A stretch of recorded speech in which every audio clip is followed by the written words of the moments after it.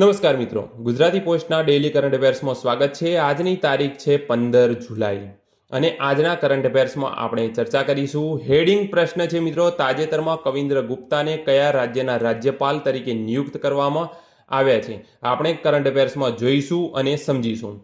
પ્રથમ પ્રશ્ન છે આજના કરંટ અફેર્સનો, તાજેતરમાં હરિયાણા, ગોવા અને લદ્દાખમાં રાજ્યપાલની નિમણૂક અપાઈ, જે પૈકી કયું વિધાન સાચું નથી? તો સાચો જવાબ છે ઉપરના પૈકી એક પણ નહીં, કારણ કે આ ત્રણેય વિધાનો સાચા છે।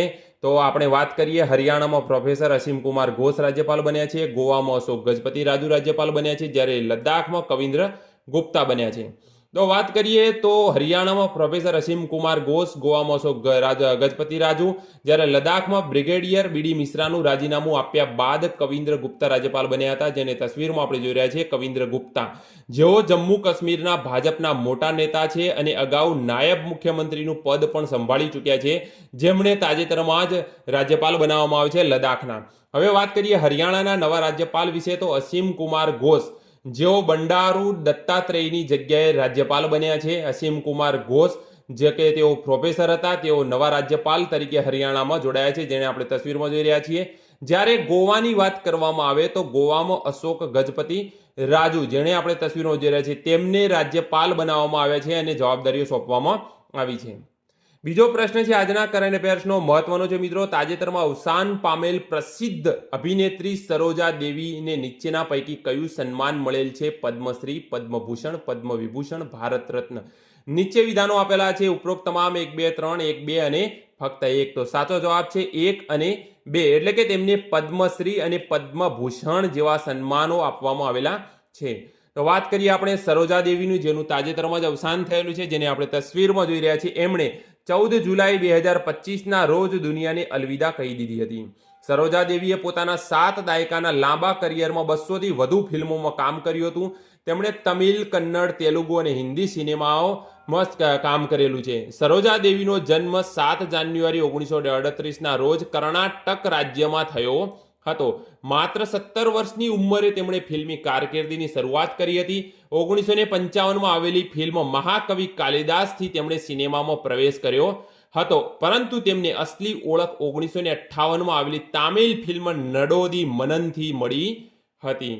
સરોજા દેવીની વાત કરીએ તો તેમને અભિનય સરસ્વતી અને કન્નડથુ પૈંગિલી જેવા નામોથી પણ ઓળખવામાં આવતા હતા। તેમણે દિલીપ કુમાર, શિવાજી ગણેશન, એન.ટી. રામારાવ, રાજકુમાર જેવા દિગ્ગજ કલાકારો સાથે ઘણી યાદગાર ફિલ્મો પણ આપી છે। 1969માં પદ્મશ્રી પુરસ્કાર અને 1992માં પદ્મભૂષણ જેવા પ્રતિષ્ઠિત પુરસ્કારોથી તેમને ભારત સરકારે સન્માન કર્યા હતા।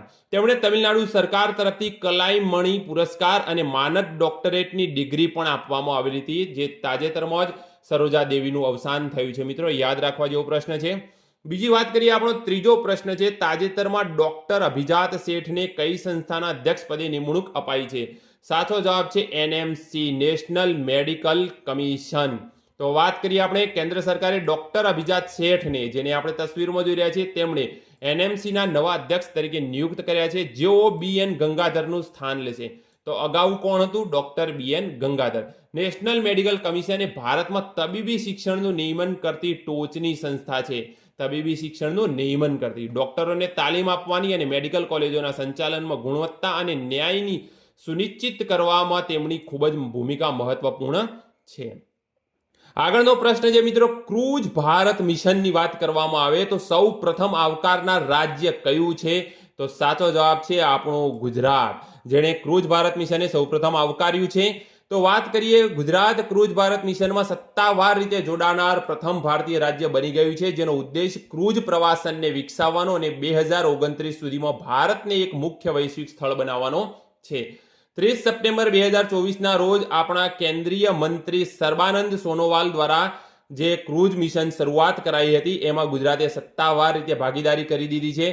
ગુજરાત રાજ્ય પાસે ભારતમાં સૌથી લાંબો દરિયા કિનારો છે, 2340 કિલોમીટર સુધી ફેલાયેલો છે, જેમાં તેમણે સમર્પિત ક્રૂઝ ટર્મિનલનો અભાવ હતો, જેની ગોઠવણી સાથે ગુજરાત હવે મુંબઈ, કોચીન, ચેન્નઈ અને મોર્મુગોવા જેવા અન્ય બંદરોની જેમ ક્રૂઝ ઇન્ફ્રાસ્ટ્રક્ચર બનાવવા માટે કામ કરશે। ગુજરાતના દરિયાકાંઠાને 3 ક્લસ્ટરમાં વિભાજિત કરવામાં આવ્યા છે, જેમાં પડલા ટાપુ, કચ્છનું રણ, પોરબંદર, વેરાવળ, દીવ, દ્વારકા, ઓખા અને જામનગર આ ત્રણેય ક્લસ્ટરની વાત કરીએ તો દરેક ક્લસ્ટર 100 કિલોમીટરના ત્રિજ્યાના સ્થળોને જોડે છે, જે પ્રવાસીઓ માટે ધાર્મિક, સાંસ્કૃતિક અને કુદરતી સ્થળોની મુલાકાત લેવાનું સરળ બનાવે છે. આમ મહત્વનો મુદ્દો એ છે કે ક્રૂઝ મિશન સાથે જોડાનાર પ્રથમ રાજ્ય કયું છે? તો ગુજરાત છે. આગળનો પ્રશ્ન છે મિત્રો, તાજેતરમાં કયા દેશે ન્યૂ કેલેડોનિયાનું એક તેનું પોતાનું સ્વતંત્ર રાજ્ય બનાવવા સ્વાયત્તા આપી છે? તો સાચો જવાબ છે ફ્રાન્સ.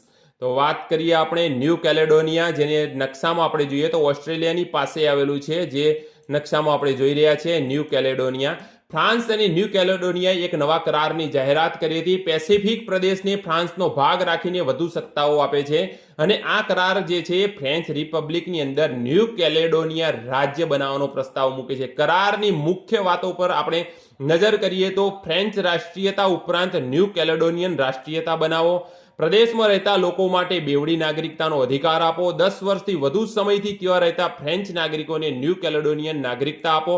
આ કલમ 2024ના વિરોધ પ્રદર્શનોની મુખ્ય ચિંતા નવા આવનારાઓ અને મતદાન અધિકારોને સંબોધે છે અને કનક લોકોના અધિકારો અને ઓળખનું રક્ષણ કરવાનો પ્રયાસ છે, જે વસ્તીના લગભગ 40% છે. આગળનો પ્રશ્ન છે મિત્રો, તાજેતરમાં જ ફિફા વર્લ્ડ કપ યોજાઈ ગયો છે. આ ફિફા વર્લ્ડ કપની ટુર્નામેન્ટ કોણે જીતી લીધી છે? તો સાચો જવાબ છે ચેલ્સિયા. વાત કરીએ આપણે ઇંગ્લિશ ફૂટબોલ ક્લબ ચેલ્સિયા જે છે ફિફા વર્લ્ડ કપની ફાઇનલમાં ફ્રેન્ચ ટીમ PSG ને હરાવીને જીત હાંસલ કરી છે.